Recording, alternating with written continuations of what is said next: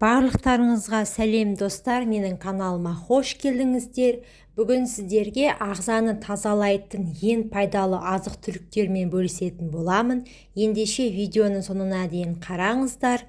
Каналға тіркеліп, видеоға лайк басуды ұмытпаңыздар. Бірінші асқабақ. Асқабақтың құрамында кальций, цинк, марганец, фосфор, йод, фтор және магний элементтері жеткілікті. Ал дәнінің құрамында цинк пен белок жеткілікті.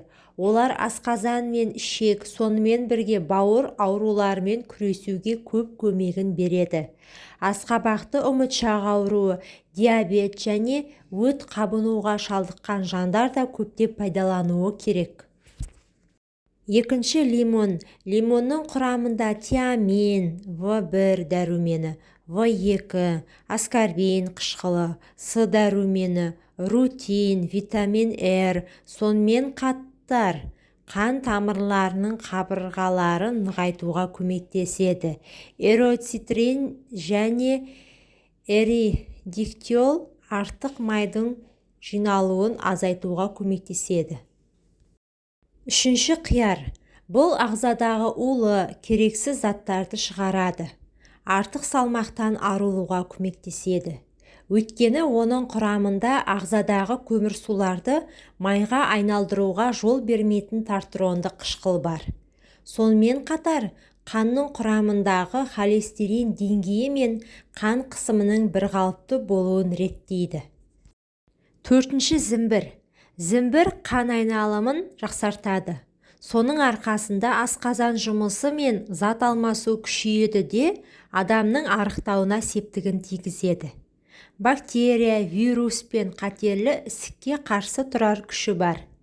Зімбірдің құрамында В тобына жататын дәрумендер мол.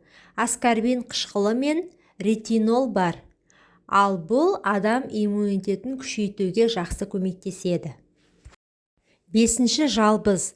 Жалбыз өте көп мөлшерде эфир майлары, биологиялық белсенді заттар, глюкоза, фитонцидтер, майлар, каротин, минералды тұздар сияқты пайдалы компоненттерден тұрады.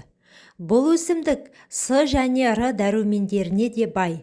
Жалбыз құрамында менталь көп мөлшерде болады. Бұл элемент ауруды басатын қасиеттерімен атақты.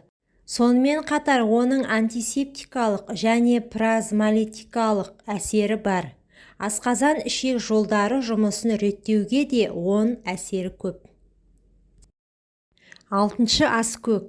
Аскөк бұл дәрумендер мен минералдарға бай шөп. А, В1, В6, С, Д және Е дәрумендері көп. Аскөк қандағы қантты реттейді, сүйектерді күшейтеді, инфекцияның алдын алады, ісіну, іштің кебуі сияқты асқазан және ас қорыту проблемаларының алдын алуға көмектеседі. Байқағандарыңыздай, бұның бәрі қысы-жазы қолжетімді өнімдер. Бастысы рационға енгізіп, күнделікті тұтынуды қолға алсаңыз, емдік қасиеті көсір ғой шіркін.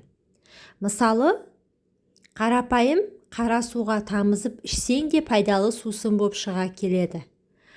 Ал аскөктің құны арзан. Кез келген тамақтың сәні ғана емес, талай аурудың емі де.